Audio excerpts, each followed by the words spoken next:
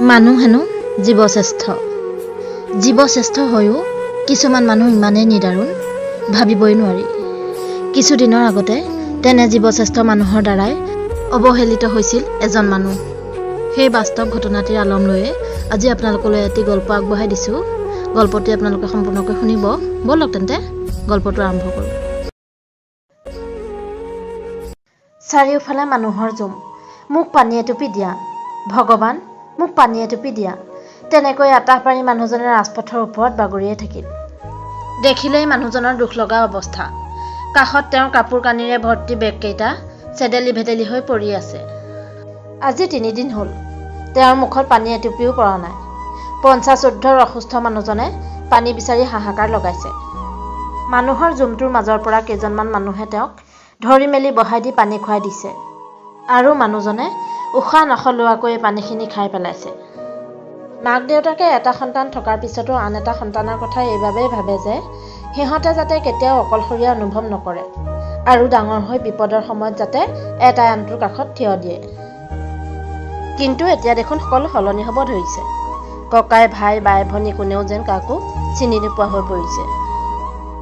ককায়েক নবৌৱেক আৰু বায়েকহঁতে মিলি ৰাস্তাত পৰি থকা সেই মানুহজনক 20 বছৰৰ আগতে ঘৰৰ পৰা খেদি উলিয়াই পঠিয়াইছিল।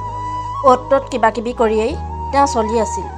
কিন্তু এদিন তেওঁ গুৰুতৰভাৱে অসুস্থ হৈ পৰাত চুঁচৰি বাগৰি উভতি আহিছিল নিজৰ ঘৰখনলৈ বুলি।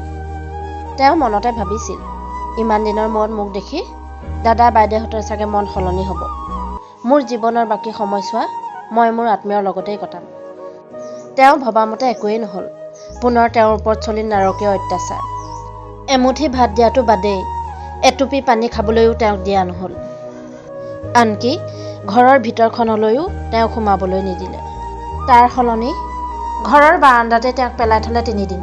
তাৰ পিছত ককায়েক আৰু বায়েকহঁতে মিলি চুচৰাই টানি আনি মৰা জীৱ জন্তু পেলোৱাৰ দৰে ৰাজপথৰ ওপৰত পেলাই দিলেহি মানুহজনক।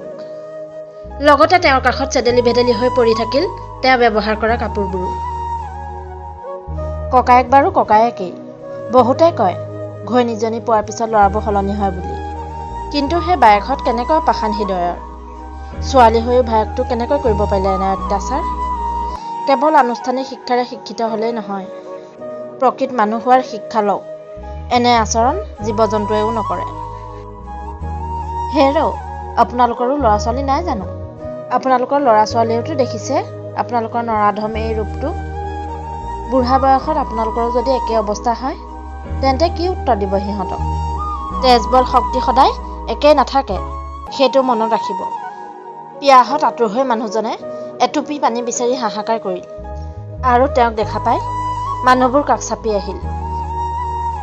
তেওঁক ধৰি মেলি পানী দুনি খুৱাই পুলিচক খবৰ দিলে আৰু পুলিচ উপস্থিত হৈ তেওঁক প্ৰেৰণ কৰিলে চিকিৎসালয়লৈ। প্ৰিয় শ্ৰোতাবৃন্দ, আজিলৈ কাহিনীটো ইমানতে সামৰিছোঁ। আকৌ আহিম সত্য ঘটনাৰ ওপৰত আধাৰিত অন্য এটি কাহিনীৰ সৈতে। আজিলৈ আহোঁ।